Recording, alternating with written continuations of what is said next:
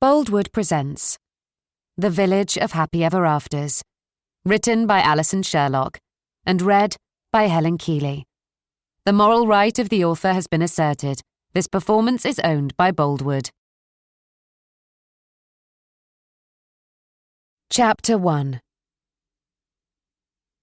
When I said I was happy to help out with the Easter egg hunt, this wasn't quite what I had in mind, said Molly Hopkins, her voice sounding muffled even to her own ears. She had only been wearing the fancy dress costume for an hour, but already felt as if she was suffocating. She took a careful look around, but other than her 3 best friends close by, there was no one else in sight on Riverside Lane that spring morning. So, with a grateful sigh, she removed the furry rabbit head from her Easter bunny outfit and breathed in the sweet, fresh air of April.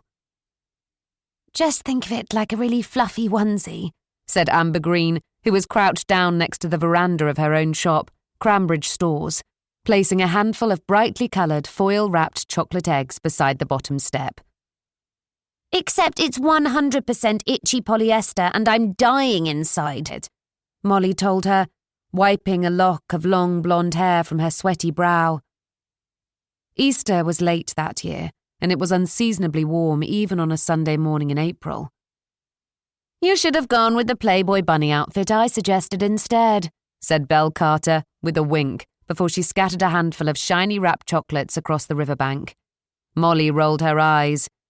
"Yes, I'm sure that wouldn't upset the parents at all when the Easter egg hunt starts later," she replied, fluffing out the furry body of the costume to waft some cooler air inside. Belle waggled her eyebrows in a suggestive manner. "Certainly not the dad's, anyway," she said, before unwrapping and popping a chocolate into her mouth. "The eggs are supposed to be for the children," said Lucy Conway in a pointed tone, as she placed a few more by the nearby bench.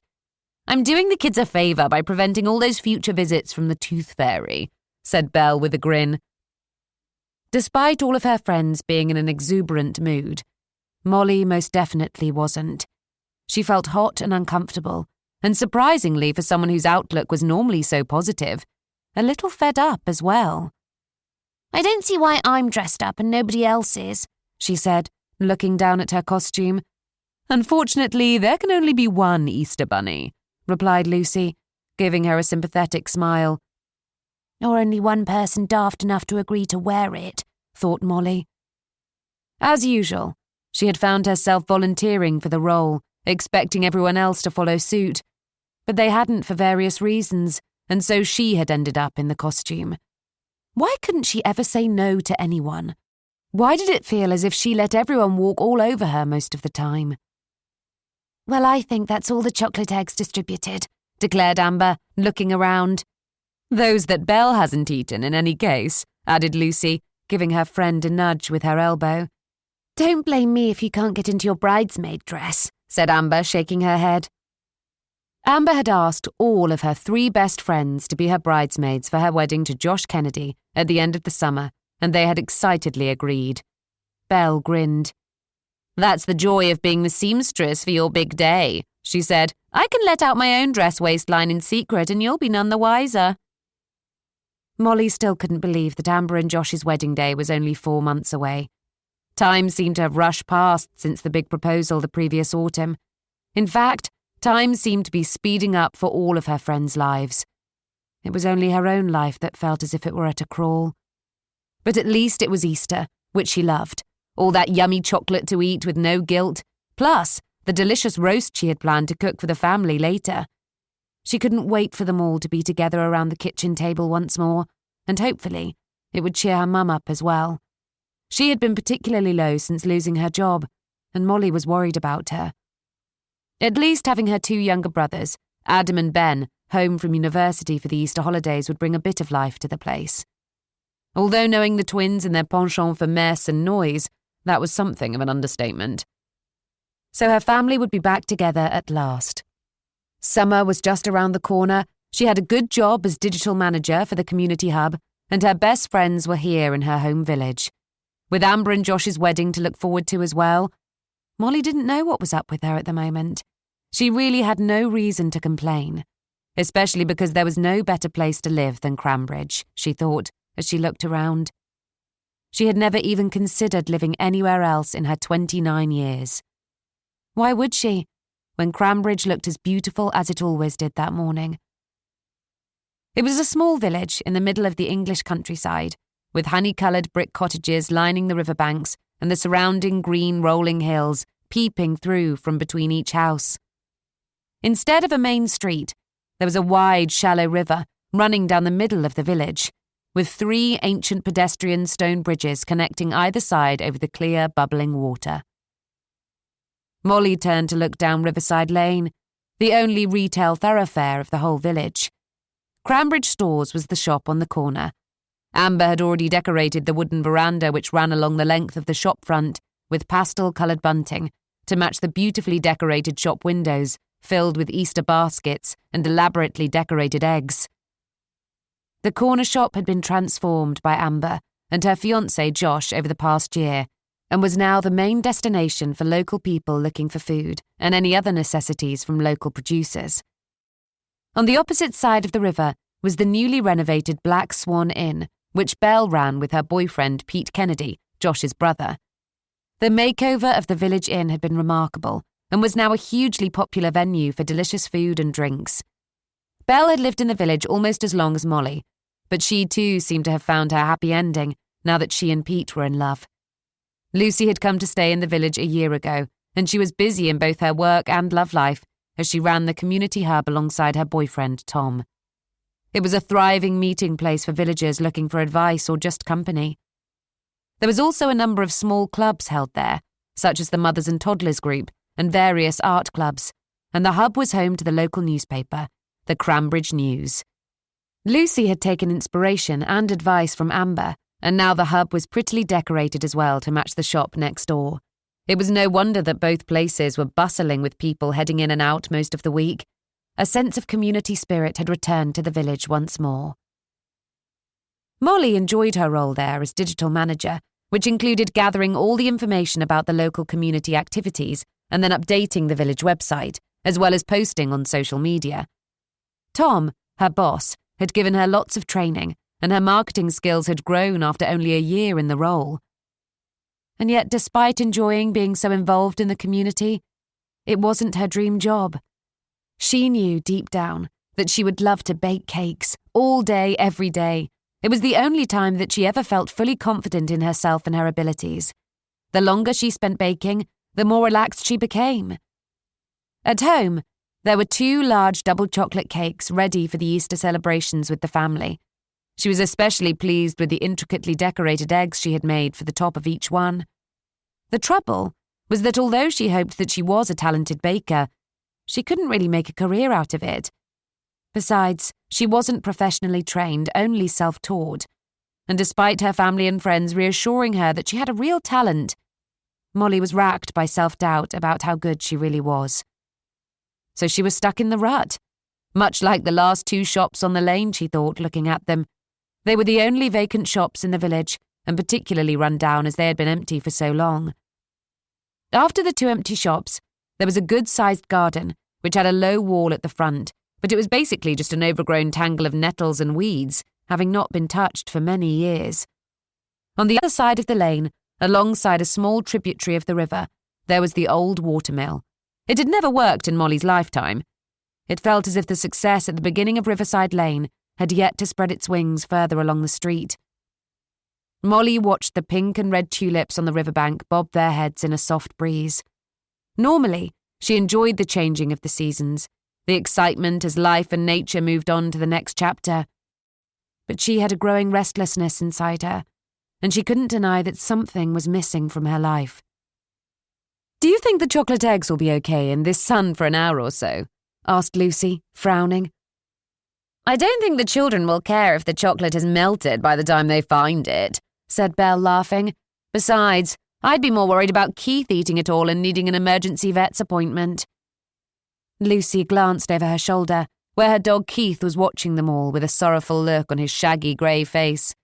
He was tied up next to the doorway of the community hub, just in case his usual Hoover-type habits included Easter eggs. With a heavy, self-pitying sigh, he put his head on his front paws and closed his eyes. "He'll never forgive me for tying him up," said Lucy, shaking her head, even though it's for his own good. I've told him that chocolate is poisonous to dogs, but I'm not sure he believed me. He'll forgive you, just as soon as dinner time rolls around again, said Amber. Molly watched her friends chatting and thought how grateful she was to have them in her life. The four of them had a close bond of friendship, which Molly truly cherished. Her best friends were all happy in both work and love, and Molly was truly happy for them all. And yet she was still single, and watched on as everyone else's dreams came true, whilst hers faded away a little more with each passing year. "Crikey, it looks like the church service is over already," said Belle, glancing down the river to the other end of the village, where the congregation was spilling out of the tiny church of St. Barnabas. Lucy gave Molly a nudge. "You'd better get back into costume before you give them nightmares about a headless rabbit," she told her with a grin. Molly selflessly slid on the heavy costume head and found herself grateful that the Easter Bunny's smiling expression was sewn on. She spent the next couple of hours hopping around and entertaining all the children as they squealed with delight upon finding another chocolate hidden along the lane. Finally, with baskets and tummies full of chocolate, the children began to head home, and Molly's job was done. "Do you want to come back to the shop for a cold drink?" asked Amber. "Thanks, but I think I'll head home for a shower," said Molly, her voice still muffled from the rabbit's head. With a wave to her friends, she headed around the corner to the back of the row of shops. It was a slightly longer way home than going alongside the river, but she was hoping that she would be able to take her costume off along the way and get some much-needed fresh air to her overheated face and body. Finding herself alone in the back lane, she suddenly felt very sorry for herself. She had been acting selflessly ever since her twin brothers had been born. And where had it got her? Nowhere, it felt. She loved her friends and her family, and yet she couldn't deny that she felt incomplete. She just had no idea what it was that was missing from her life. In a sudden spurt of frustration, she whipped off the furry bunny head and flung it far away from her. Just in time for a van to come around the corner and run the costume head over. Chapter 2. Logan Armstrong felt a rush of cold fear wash over him as he quickly brought the van to a halt. What on earth had he just run over? A wild animal? Someone's beloved pet? Feeling sick, he clambered out of the cab of the van and forced himself to look at the front of the vehicle. The mass at his feet was large, white, and fluffy. Or at least it had been, before he had flattened it with his front tyre. But it didn't look like any member of the animal species, he thought, feeling somewhat confused. He felt someone come to stand next to him, and he looked around in a daze. A pretty woman was staring down at the squashed white mess in front of them. Still horrified, he wondered whether it was her pet that he had just accidentally run over. "Well, there goes my deposit on the costume," she said with a wry smile, looking back up at him. It was only then that Logan registered that she was wearing some kind of fluffy white fancy dress outfit, and that it was missing the head of the costume. He blew out a sigh of relief before saying, "I'm sorry, I couldn't stop the van in time." She gave a shrug, which caused the fluffy white fur on her shoulders to rise and fall. Her head looked tiny against the huge white costume, especially with her long blonde hair swept back into a messy ponytail. "It was my fault," she told him. "I'm the one who should apologise. After all, I threw the thing out into the road. Luckily, I finished my Easter Bunny duties for the day." Her costume was beginning to make sense to him. "Thank goodness," said Logan. "The last thing I need are any more headlines." She looked at him for a moment, her blue eyes frowning at him as if trying to figure out what he was talking about. He was somewhat amazed. Was this woman the only person in the country who didn't recognise him, who hadn't seen the endless media headlines about the breakdown of his marriage and his photograph plastered across every front page? Surely the gossip had spread everywhere, even sleepy Cranbridge. "You're Stanley's grandson," she said eventually. He nodded. Everyone in Cranbridge knew his Grandad, of course. Stanley had been the local school headmaster until only 10 years ago. "We were introduced just before Christmas in the Black Swan Inn," she carried on. "Hi. Yes, I'm Logan," he said. Had they been introduced? He couldn't remember, although he would have thought he should be able to recall a pretty face such as hers. He had visited the village just before Christmas to spend time with his Grandad, but he hadn't been back to Cranbridge since his life had imploded all those months ago. I'm Molly, but you can always call me the late Easter Bunny, she said as she went over to peel the flattened costume head off the tarmac. Well, I'd better get going. I can pay for any damages, he said quickly. Please don't worry, she replied. Well, I'll probably see you around the village. For all her laid-back attitude towards the accident, she looked quite a sad sight. The flattened head hung loosely in her hand as she shuffled away in that ridiculous costume, the fluffy tail wobbling as she went. Logan ran a hand through his dark hair, not exactly the fresh new start he had been hoping for. But at least he was finally in Cranbridge for a good length of time. He had all his possessions with him piled up in the back of the hired van. His marriage was over. The feeling of relief was matched only by the bitterness that still remained. At least his reputation as the second most famous man in the tabloids over the past 3 months was unlikely to produce any more headlines here. Cranbridge wasn't a magnet for tabloid journalists and paparazzi. He would leave all that to his ex-wife and her notorious lover. It really had been the scandal to top all scandals. The most famous man in the tabloids was Peter DeVille, a presenter on one of the most popular baking shows on television. His womanizing reputation had been intensified in recent months after being caught out passionately kissing one of his married co-presenters in the doorway of a London club. She just happened to be Logan's wife, Felicity. Logan had never liked to think of himself as famous, but there was no denying that he and Felicity had built up a name for themselves over the past few years. His bespoke furniture-making business had always given them a steady income, whilst his wife had been intent on becoming a household name as a TV presenter. But the 10-minute cooking slot on morning TV that she had miraculously managed to land hadn't been enough for his publicity-hungry wife. Soon she had graduated to Yes Chef, which was the #1 show for food lovers on evening television, and she had ended up working alongside Peter DeVille. After 2 years of flirting with him on the television screen, their desire had spilled over all too easily into real life. The press, to be fair, had mostly left him alone since the ghastly photos had graced the front pages. After all, Logan was just the cuckolded husband. But even so, it still hurt his pride to be so publicly humiliated like that.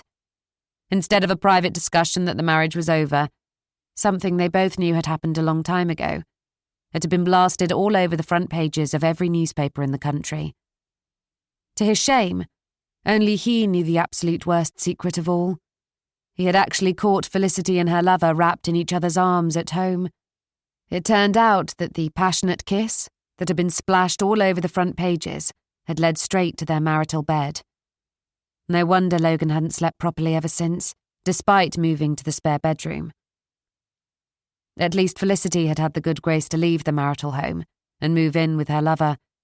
But Logan had found remaining in their house in central London gave him no peace either. There were too many reminders of their unhappy marriage, and he had endured sleepless nights ever since, with the ghosts of his past marriage haunting him.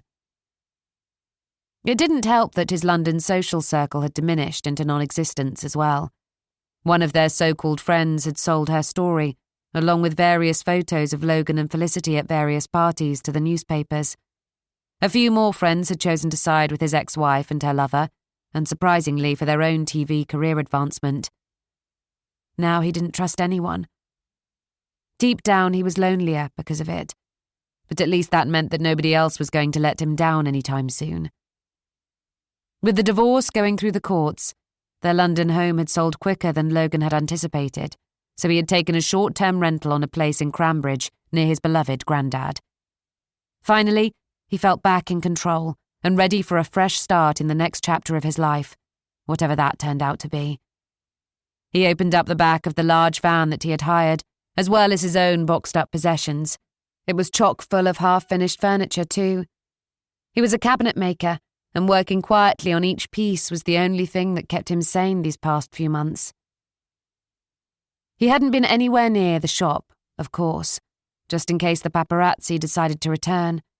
The fancy location on the legendary King's Road in Chelsea had all been his wife's idea anyway.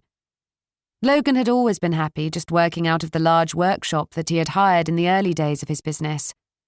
But as usual, Felicity had wanted everything to be grander, more refined, more upmarket. Even him, he had realised in hindsight. And what was a simple cabinet maker compared to the star of television? Nothing, apparently. His wife had always strived to be something more, and had quickly transformed from the woman that he had first known to the fame-hungry TV personality that she had become, almost within a few weeks of being married, 2 short years ago. "Good morning, my boy," said a familiar voice behind him. "Morning, Grandad," said Logan, spinning around to see the elderly gentleman walking towards him. Stanley Armstrong was a little slower getting around these days, compared to the football-playing enthusiast of his youth.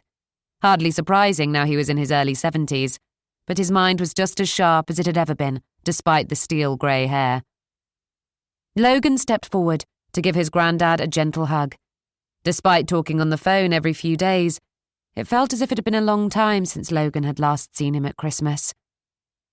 "Can't say it's been the best arrival," said Logan when he stepped back. "I've just run over the Easter Bunny, or rather her costume head. No one got hurt, though." "Dear me," said Stanley, his grey eyes furrowing in concern. "You don't mean Molly Hopkins, do you?" "Blonde hair, cheerful manner," replied Logan. He didn't add the word pretty, even though he automatically thought it. Stanley nodded. "That's her," he said, smiling. "Lovely girl, such a sweet nature." "I apologised," said Logan quickly. "Hopefully she won't hold it against me." Stanley shook his head. "I shouldn't worry. I've never known Molly to have a bad word against anyone," he commented, "and I've known her all of her life." Logan smiled back at his Grandad. As usual, he knew everyone in Cranbridge. Of course, it wasn't hard in such a small place, but Stanley's role as headmaster of the local primary school meant that everyone who had lived in the village had been in one of his Grandad's classes at some point in their childhood. In contrast, Logan had been brought up in the suburbs of a large city, where everyone kept to themselves. To his surprise, he had always enjoyed his brief visits to the countryside growing up and was looking forward to an extended stay in Cranbridge over the summer. Logan relished the warmth of the sunshine on his skin as he stood in the narrow lane. He looked up at the blue sky stretching out beyond the rows of shops and roofs. No skyscrapers here to block the view. Just an endless sky and the peace of the countryside, filled only with birdsong and the rustling of the fresh green leaves in the nearby trees. "I've missed being here," he found himself admitting. "And I've missed you too, Grandad. I'm sorry I haven't been back to see you so far this year. As you know, things have been somewhat difficult." It was a vast understatement, but he was still trying to protect his Grandad, who was a little more frail these years, especially since he lost his beloved grandmother 5 years previously. "The main thing is that you're here, my boy," said Stanley, clamping a soft arm on his shoulder. "Come on, let's have a good look at where you're going to be living." "Temporarily," said Logan quickly. He didn't want to get his Grandad's hopes up that his stay in Cranbridge was anything more than just a short-term stop on the way to somewhere else, which was why he had only leased the apartment and shop for 6 months. But the village, for all its familiarity, would hopefully be a safe haven for the summer, as well as giving him plenty of time to enjoy his Grandad's company.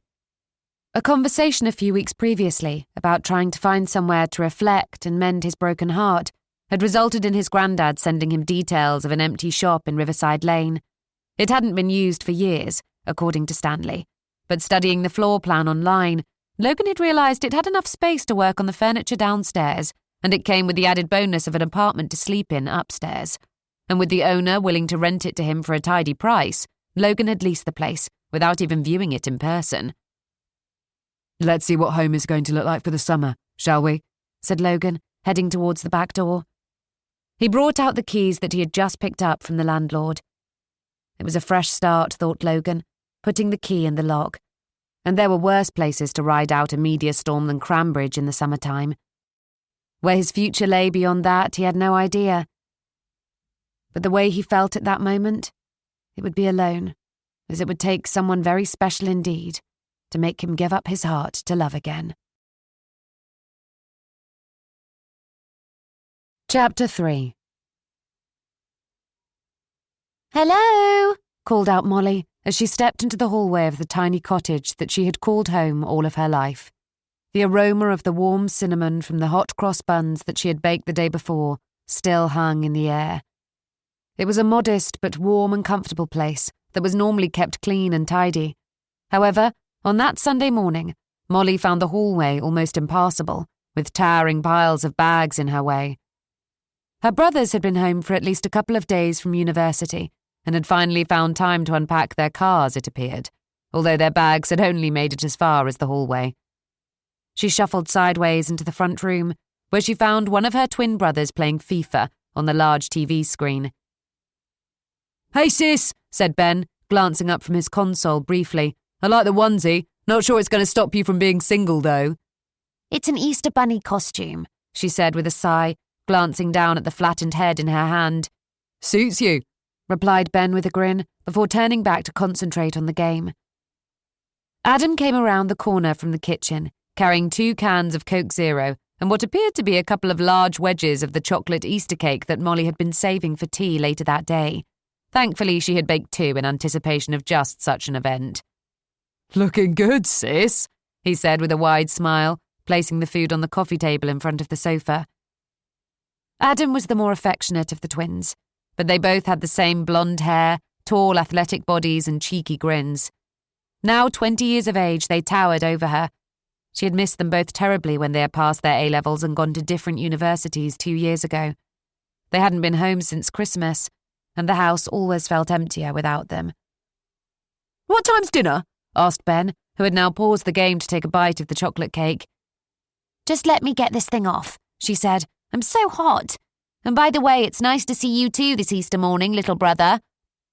Ben grinned and leapt up to smother her with an enormous bear hug. "My gorgeous big sister, the light of my life, how do I compare thee to a summer's day?" "Get off me," she said affectionately, as he ruffled her long blonde hair. But she couldn't help but smile at him. It was so good to have them both around once more. "Now, when's my roast lamb?" asked Ben again. Molly loved her brothers, but they were somewhat demanding. Nothing had changed from the time when they had first arrived in the world. As usual, she and her mum would spend the next few weeks rushing around after them until they left for university for their exams before the summer break began, leaving the house a whole lot tidier for a while, but also quieter too. "The roast will be whenever it's finished," she told him, before adding in a pointed tone, "and that cake was supposed to be for pudding." "There was another one on the counter," Adam told her with his mouth full. They knew their sister all too well to anticipate that she wouldn't have had a backup cake just in case. "Where's Mum?" asked Molly, looking around. "In the kitchen," said Ben.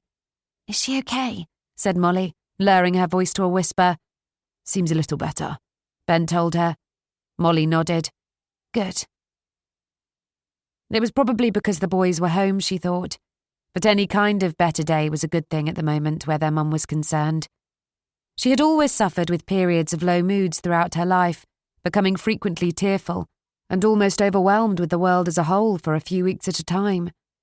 But on those occasions she had always been cheered up by her children and her job at the local textile factory. There she mixed with plenty of people, and it had brought her some much-needed human contact when her social life had been near on non-existent for as long as Molly could remember. She had always seemed content just to be with her family. However, the factory had been closed down 6 weeks previously, and their mum had been forced into taking early retirement. That had paid off the last of the mortgage on the tiny cottage and any lingering money worries, but it was the empty days that had brought on her mum's latest spell of unhappiness. With the boys away at university, it had been left to Molly to cheer her up. Sometimes using her grandmother's recipes to make her mum's favourite cakes had worked, but she still wasn't sure that she had achieved too much success in that area. It was lovely to have the boys home again, she thought with a soft smile as she headed back out into the hallway. Of course, these days they were fully grown men. But still, the house was too quiet without their shouting, music and laughter when they were away.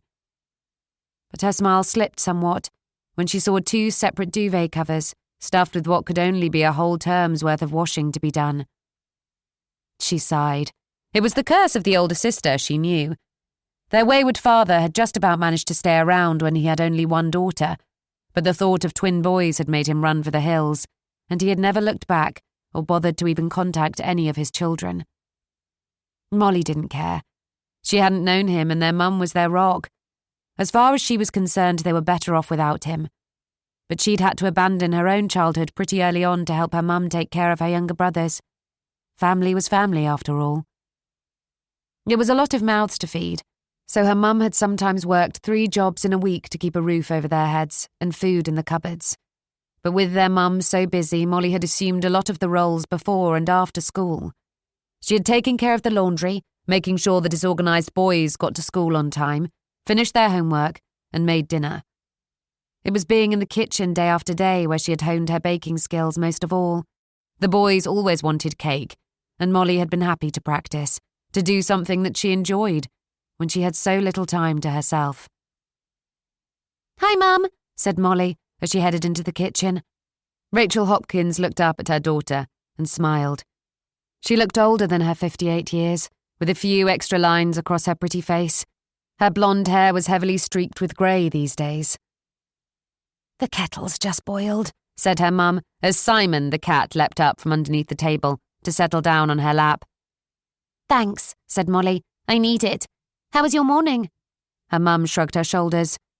"Not bad," she replied. "Is there any bread?" asked Molly hopefully. "I need something to keep me going until the roast is ready." Her mum shook her head. "Sorry, love," she said. "I didn't get round to baking any. I'm a bit tired today." "That's okay," said Molly quickly. "I'll grab a couple of biscuits for now." It was another sign that her mum was struggling, thought Molly. There had always been freshly baked bread in their home. The aroma of the warm bread from the oven was the overwhelming memory of her childhood. As she took down the biscuit tin, she glanced at the washing up that had yet to be done, as well as the messy garden beyond.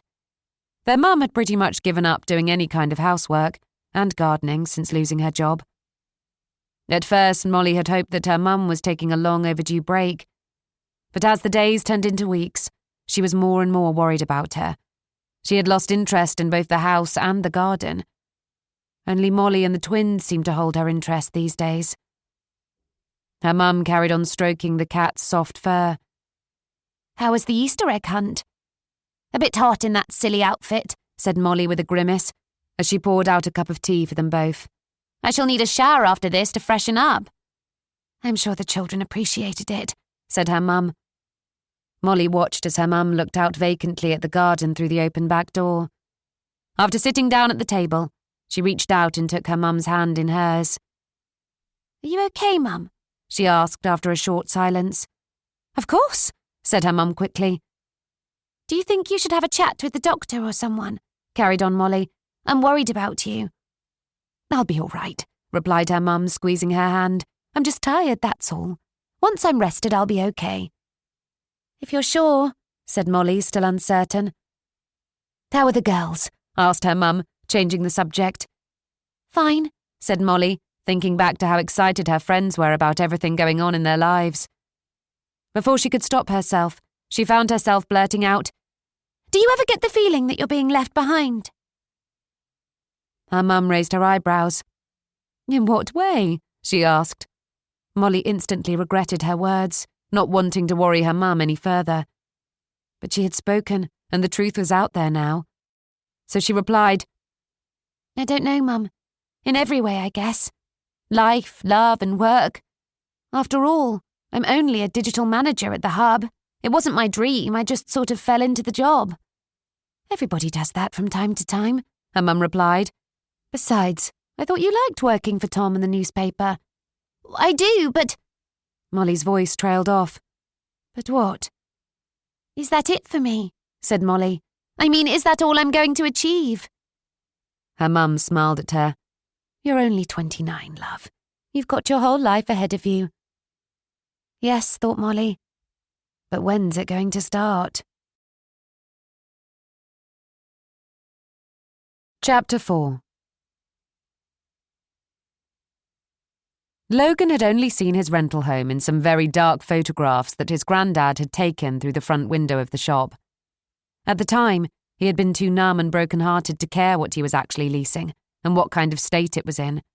It was only now that he had turned the lock in the back door and was leaning against the door to open it that he began to realise quite what he had taken on. He eventually got the door open, which did so with a huge creak and judder. "Luxury living and working space?" murmured Logan to his Grandad, who gave a chuckle in reply. That was how the place had been marketed to him via the landlord, Barry, a local man with a somewhat dubious reputation, according to his Grandad, although it hadn't put Logan off from renting a property from him. Such had been his desperation in getting out of London. Logan flicked the lights on and stared around what appeared to be the back kitchen and storeroom of the shop. The cobwebs held no fear for him, nor the amount of mess. It wasn't an auspicious start, but it was the only place in Cranbridge that had been available with space for Logan to work. He needed a large workshop, and the empty downstairs shop with storage would be perfect, whatever kind of mess it was in. Less interested in the living space, Logan insisted that they viewed the potential workshop first. It had been a hairdressing salon at some point, but that had shut down many years ago, like the bakery next door as well. The beige sinks looked dusty and were filled with cobwebs, and there were still the old hairstyle posters on the walls, as well as some rusty mirrors. But he didn't mind those. It wasn't about style anyway. It was just to be used as a workshop, nothing more. He wouldn't be opening up a shop in Cranbridge, having decided to move the business online to give him more freedom. Back in London, the shop on King's Road was slowly being wound down. It would carry on for a few more months without him as it was so well run. He had told the staff that it would take a while, so at least they had time to find a new job by the end of the summer. Any unsold pieces would be sent down to him in Cranbridge, then at least he would have everything together. After that, he had no idea where he would end up. The divorce would leave him relatively well off as the house in Fulham had gone up in value since they had bought it, and he would receive half the profit once the mortgage was paid off. He was comfortable and would get by, but being busy had been helpful these past few months to keep his mind off everything. Besides, his work was both his passion and his escape. If only he could turn back time to when he had never met Felicity. He had been happy in those early days of the business. He had started off in his garden shed making dining chairs, and the word had spread from there. He had always enjoyed working with wood, ever since watching his Grandad make a bookshelf in his own shed when Logan had been a young boy. Stanley had nurtured his fledgling talent and encouraged him to follow his dreams all the way to college, where he had studied furniture making.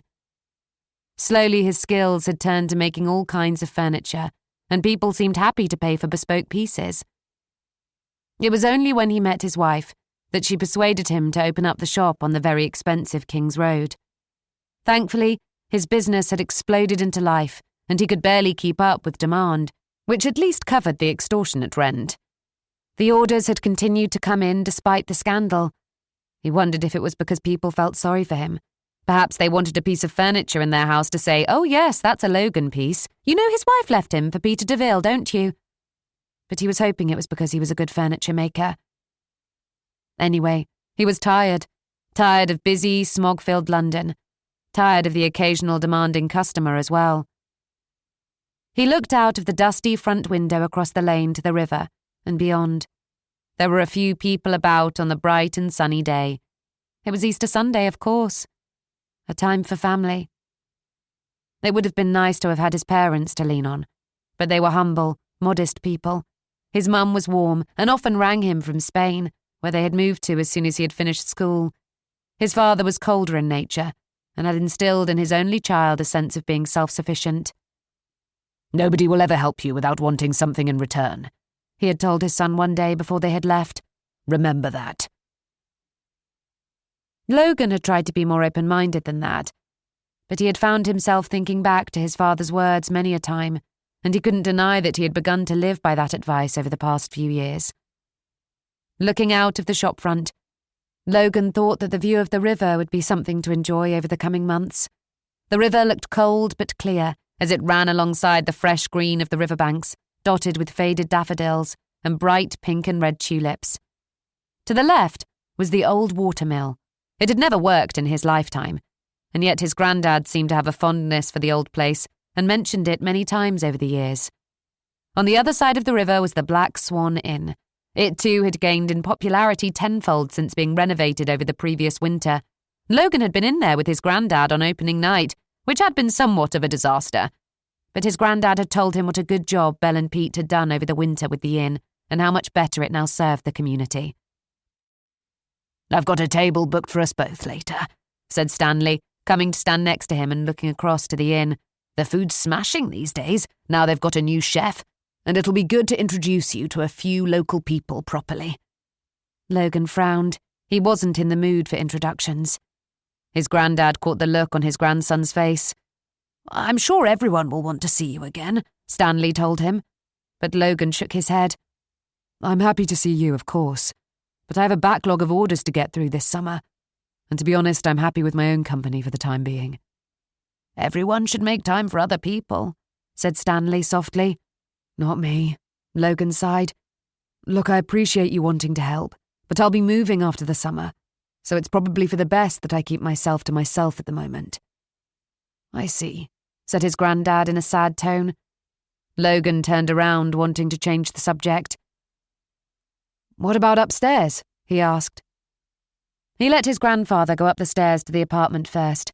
It was a slower ascent, and Logan was once again reminded what a good idea it had been for his granddad to move into a bungalow nearby. The little cottage that his grandparents had lived in for so long had been quickly sold over a year ago.